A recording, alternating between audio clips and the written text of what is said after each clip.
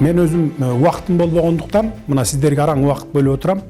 3 күн мурунку теледебатын көрдүм. Кечинде барып бир жарым саат уақыт бөлө калып туруп ушу Facebook'a кирсем, ошо 3 күн мурунку теледебаты болуп аткан экен.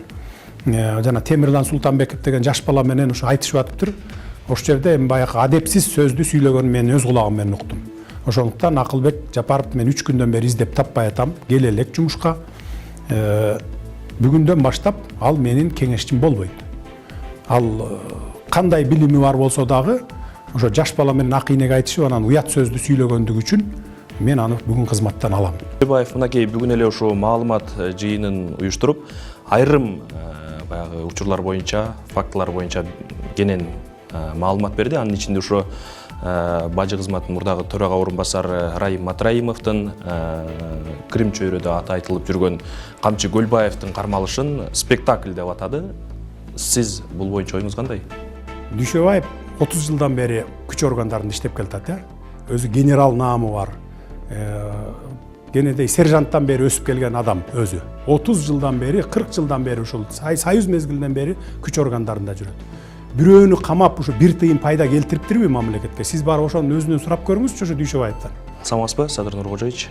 Бизге ушу убактыңызды бөлүп, маек берүүгө макулдук бергениңиз үчүн ыраазычылык билдиребиз. Анда эмесе мен көп узатпай алгачкы суроону берсем, мынакей коомчулукта, социалдык медиада ушул бир топ талкууланып жаткан өзөктүү маселелер боюнча маек куралы деп турабыз. Анын алгачкысы ушул кадрдык дайындоолор боюнча көп талкуу болууда. Өзгөчө мынакей Акылбек Жапаровдун сиздин кеңешчиңиз болуп дайындалышы боюнча ар кандай өйдө төмөн кептер айтылууда. Сиз деги эле ушул маселеге кандай комментарий берет элеңиз? Акылбек Жапаров менден кызмат сурап келген жок. Акылбек Жапаровду мен өзүм чакырдым.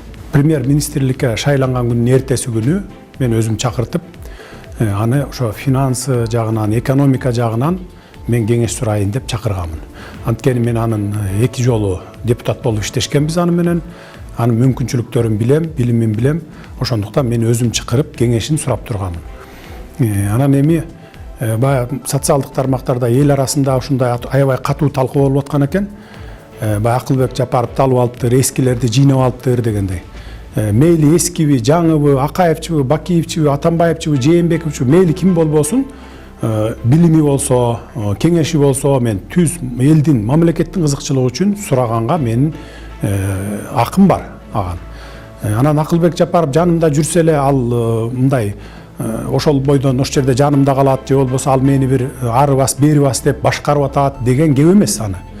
Менин жанымда ким жүрбөсүн? Акылбек Жапаров жүрөбү, же болбосо менин бир тууганым жүрөбү, же досумдун досу жүрөбү, ким болбосун коррупцияга аралашкан маселеси боюнча жоопко тартылат. Албетте анын коррупциялык иштери дагы бар. Аны дагы эл да билет, мен да билем жакшы. Ал боюнча сөзсүз жооп берет. Менин жанымда жүрсө эле ошол бойдон жооп бербей калат экен, же болбосо куткарылып калат экен деген бул туура эмес түшүнүк. Ошондуктан мен эл журттан суранып кетем. Айрыкча ушул Адахан Кимсанбаевичти колдоп аткан соцсеттердеги тарапташтарынан суранып кетем. Бала төрөлө калып эле чуркап кетчүдөй талаптарды коюп атат, андай туура эмес. Ошол эле мезгилде мен өзүмдүн да тарапташтарыман суранып кетемин. Ак ийнеге айтышып отургандан көрөкчү, жолдорду көрсөткүлө. Кандай чыгып кетсек болот? Кайсыл жерлерде коррупциялар иштеп атат дагы эле бүгүнкү күнгө чейин.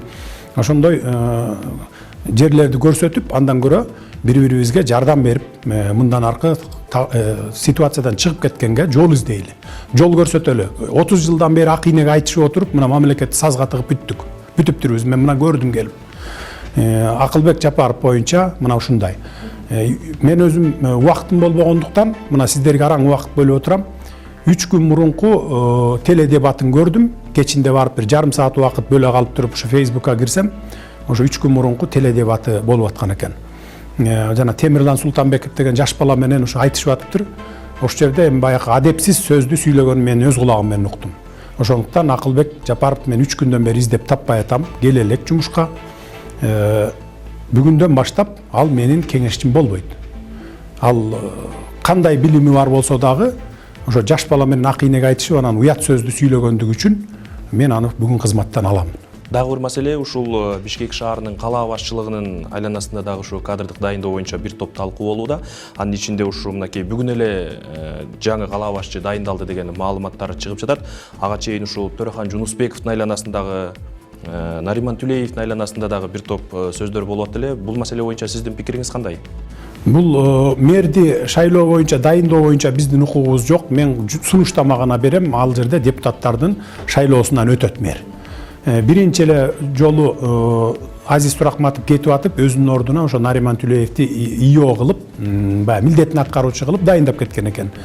Ызычуулар башталып, ушул ар кимдер 4-5 топ ушу мен мэрликти биз алабыз деп ошентип талашып баштаганда мен Нариман менен сүйлөшүп, кетип туруңуз. Азыр бизге ызычуунун кереги жок деп суранып, мен аны макул кылып кетиргенмин. Андан кийин ушу дагы деле болбой, ошол эми азыр билесиздер да, майлуу жерде эле талаша берет экен да, мен барып мэр болом деп, өзүнүн мындай мүмкүнчүлүктөрүн, ошол жерди тартып кете аламбы же кете албаймбы деген мындай бир өзүнө ишеним жокпу, барбы, анысына карабай эле мен мэр болом дей берет экен да. Анан кийин ошентип ар кайсы топтор талашып аткандыктан, ызычуу болуп аткандыктан мен кечээ күнү Балбак Түлөбаевди алып келип, мурда ошол жерде руководитель аппарат болуп иштеген, ошол кишиге сунуштама жибердим. ИО болуп, депутаттар жаңыдан шайланып келип, кайра мэрди официалдуу түрдө шайлап алганга чейин ИО болуп Балбак Түлөбаев отурат. Бүгүн ошо маселе чечилди. Аэропорт боюнча аны мен дайындабайм. Үсөн Сыдыковдун баласы Бакыт Сыдыковду мамлекеттик мүлк мекемеси фонду директор кылып дайындаган экен. Ал жөнүндө дагы ызычуу болгон. Мен аны чакырып, кабинетиме чакырып алып сүйлөшкөнмүн. Кетиңиз дегенде ал 10 күндүк убакыт сураган. Азыр 5 күн өттү. Кандай убакыт сурады? Баягы аэропортто сол чөнтөккө түшүп аткан акчалардын бардыгын биз аныктап билдик. Ошолорду мурда ал өзү аэропортто иштеп кеткен, жакшы билет экен. Ошолордун бардыгын мамлекеттик казынага 10 күндүн ичинде баланча сумма түшүрүп беремин. Эгер түшүрбөсөм, анда мени кетиресиз деди. Мен айттым, анда жөн кетпейсиң, анда сөзсүз түрдө жазага тартылып кетесиң деп мен талапты койгонмун. Андан бери 5 күн өттү, дагы 5 күндүк убактысы бар. Ал боюнча аны дагы маселесин чечебиз. Садыр Нуркожоевич, дагы бир бага көп талкууланып жаткан сөздөрдүн бири бул мынакей сиздин дарегиңизге айтылып, сөздөрү эки ача чыгып жатат деген өңдүү пикирлер айтылууда. Мисалы үчүн ушул сиз алгач кызматка киришип жатканда, мынакей толкундоолордон кийин кызматка киришип жатканда, биз мыйзам талаасынан чыгып кетет экенбиз. Алгач парламенттик шайлоону өткөрүп, андан кийин анан президенттик шайлоону өткөрөбүз деген таризде сүйлөдү эле. Азыр болсо мынакей парламенттик шайлоо жылып, биринчи президенттик шайлоо өтүп, андан соң жанагындай конституциялык реформалар өтүп, андан кийин гана парламенттик шайлоого барабыз деген сөздөр айтылууда. Бул боюнча сиздин оюңуз кандай? Ооба, ал мойнума алам. Биринчи айткан сөзүм менен кийинки кылган ишим эки ача чыкканын мойнунга алам. Анткени мурдакы мыйзам боюнча, конституциялык мыйзам боюнча, шайлоолор мыйзамы боюнча, эгерде шайлоолордун жыйынтыгы жокко чыга турган болсо, мурунку шайлоолордун, анда баягы досрочный шайлоо 45 күндө болот деп турат. Ошондо бизде декабрда болуш керек эле. Ал мыйзам күчүндө турганда мен айткамын. Макул, мыйзам талаасынан чыкпайлы, ушул бүгүнкү мыйзам менен декабрда шайлоого баралы. Анан жаңы парламент келип, баягы реформалар жасасын, конституциялык реформаны, жанагыдай мамлекеттик түзүлүштү, ушуларды оңдойлу деп айткан болчумун. Ал күнү айтып, бирок мен келип ойлондум. Мына ушул 120 депутаттын айынан, ушу партиялык система менен шайлоо болгондун кесепетинен эл дүрбөлөңгө чыгып, 3-чү революцияны кылды да, бийлик алмашты да, туурабы? Анан мен элге программамды көптөн бери, 8 жылдан бери, 7 жылдан бери айтып жүрөмүн. Биздин Мекенчил партиясы шайлоого катышканда дагы айткан, биз бир мандаттуу округ менен шайлоо кылабыз, президенттиктин башкаруу кылабыз, анан курултай системасын киргизебиз деп, биздин программабызда дагы шайлоодо 1 ай бою камчыбек ташыйып айтып келген, эсиңиздерде болсо. Биздин ошо программабыз ошондой болчу, долбоорубуз. Анан кийин ойлонуп туруп, элге ушундай деп айтып, дүңгүрөтүп баарын Кыргызстанга айтып жүрүп, анан кийин келип туруп, кайра ушу башкача мурунку эле эски жол менен кетсек эл эмне дейт деген пикирге келдим дагы, ойго келдим дагы. Анан депутаттар менен сүйлөштүм. Спикер менен, бардык фракциялардын жетекчилери менен, анын ичинде Текебаев да бар, сүйлөшүп, анан кийин келгиле, эми парламенттик шайлоону жылдырып туралы, кайра эле шайлоо өткөрө бербейли. Жылдырып туруп, анан конституциялык реформаларга баралы. башкаруу системаны оңдойлу, андан кийин анан шайлоо кылалы деп макулдашып, баягы мыйзамды кайра башка жаңы мыйзам кабыл алып, жогорку кеңеш баягы мыйзамды жокко чыгаруу боюнчачы ошол 45 күндүн ичинде шайланыш керек дегенди жокко чыгарып, июнга чейин деп баягы убакыт жазып көрсөтүп, 3 окуудан кабыл алып келди, мен кол койдум, күчүнө кирди. Кыскасы мындай ток этер жерин айтканда, мыйзам талаасынан мен чыккан жокмун. Мен мыйзам талаасынан чыга турган адам эмесмин, дайыма мыйзам жолу менен келгем, мыйзам жолу менен кете берем. Дал ушул шайлоо темасына улай эле, ушу парламенттик шайлоо июнга чейин жылып кетти, дээрлик 7-8 ай ары жылып атат деген пикирлер айтылууда. Бул боюнча ушул маселеге кенен токтолсоңуз, анан президенттик шайлоо боюнча мынакей Борбордук шайлоо комиссиясы 10 январга шайлоону дайындап атат. Буга сиз катышасызбы? Кандай? Парламенттин ал июнга чейин жылып кетиши деген, эгерде Кудай буйруп 10 январда шайлоо таза өтүп келе турган болсок, анда март-апрелде деле шайлоону өткөрөбүз, парламенттик шайлоону. Ага чейин ошо баш мыйзамдын долбоору даяр, конституциялык кеңешме менен өткөрөбүзбү же парламент менен өткөрөбүзбү, аны эл менен талкуулап чечимге келебиз, бир чечимге. Андан кийин анан шайлоолорду өткөрөбүз. Ошо жасап бүтүп алгандан кийин реформаны. Шайлоого болсо мыйзам түрүндө негизи мен милдетин аткаруучу, президенттин милдетин аткаруучулук, премьер-министрликти өткөрүп берип, анан шайлоого катышканга акым бар. Мен жөнөкөй жаран катары, мисалы сиз катышсаңыз, сиз катары эле, сиз менен кошо мен дагы ошо катышканга менин укугум бар. Мурдакы президенттерди билесиздер, 2 жолку революция болгондо экөөндө тең. ИО президенттер ошо ИО болуп туруп, кызматын таштабай туруп барган. Анан ошонун баарын унутуп калып эле, мага келгенде эле жок бул деген таштап барыш керек деп бакырып чыгып атышпайбы. Бирок бүгүнкү мыйзам боюнча дагы, конституция боюнча да таштап барыш керек. 2016-жылы Атамбаев референдум өткөрүп туруп баш мыйзамды өзгөртүп салган, ал жерде таштабай да бара берсе болот болчу. Бирок ошол 2016-жылкы мыйзамда дагы туура эмес өткөн, мыйзамсыз өткөн. Бир жалгыз Атамбаев өзү өзгөртүү киргизип туруп эле референдумга коюп өткөрүп алган. Аны ушулардын кыйкырып жүргөндөрүнүн бирөө айткан эмес. Бүгүн да бирөө да унчукпайт. Анан мыйзамдуу түрдө конституция менен кетип атсаң, мыйзамдын жолдору менен кетип атсаң, эптеп эле бут тозуп, эптеп эле жыгайын деген эле күчтөр пайда болуп, жанакы кара пиарларды уюштуруп атышат. Бирок мен ага караган жокмун. Мен өзүмдүн гана түптүз жолум менен кете берем, мыйзамдуу жолу менен. Мага канчалык бут тоз болсун, баары бир анын баарынан басып өтөбүз, Кудай буйрса. Дагы бир токтоло кетүүчү жагдай, мынакей ушу октябрдын 5-нен кийинки толкундоолордо мына Коопсуздук кеңешинин төрагасы, катчысы кызматтан алынып, анын ордуна мына Кеңешбек Дүйшөбаев 14 октябрда дайындалды эле. Ал киши дагы мынакей кечээ күнү кызматтан кетүү тууралуу арызын жазган экен. Бүгүн эле ушул анын ордуна Коопсуздук кеңешинин катчысына генерал-майор Мусаевдин дайындалгандыгы тууралуу маалымат чыкты. Деги эле ушундай кадрдык алмашуунун бүгүнкүдөй учурда зарылчылыгы бар беле? Эми Кеңешбек Дүйшөбаев бул пенсиядагы адам. Анан бул биринчиден, экинчиден анын Коопсуздук кеңешинин башында отурганга моралдык укугу жок.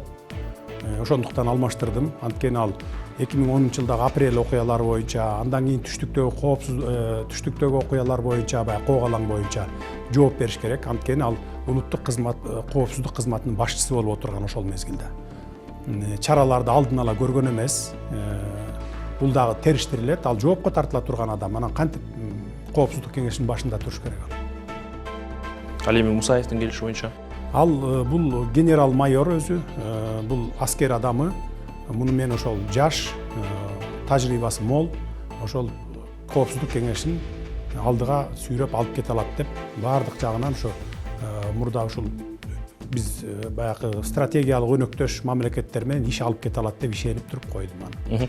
Дүйшөбаев мынакей бүгүн эле ошо маалымат жыйынын уюштуруп, айрым баягы учурлар боюнча, фактылар боюнча кенен маалымат берди. Анын ичинде ошо бажы кызматынын мурдагы төрага орун басары Раим Матраимовдун, Крим чөйрөдө аты айтылып жүргөн Камчы Көлбаевдин кармалышын спектакль деп атады.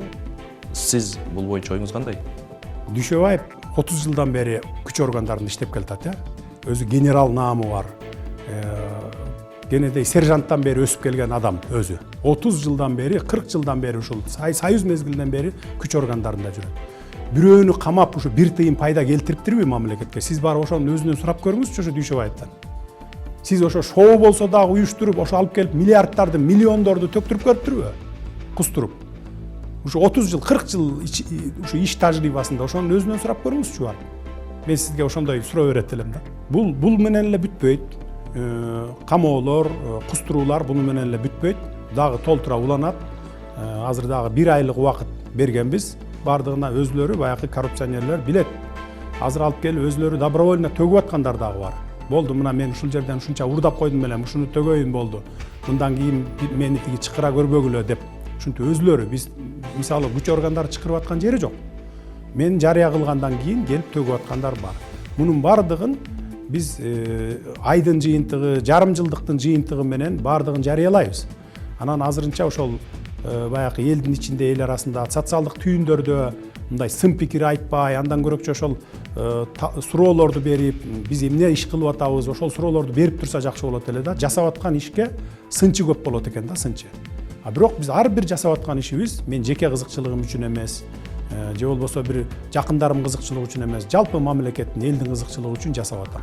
И мындан ары да жасай берем.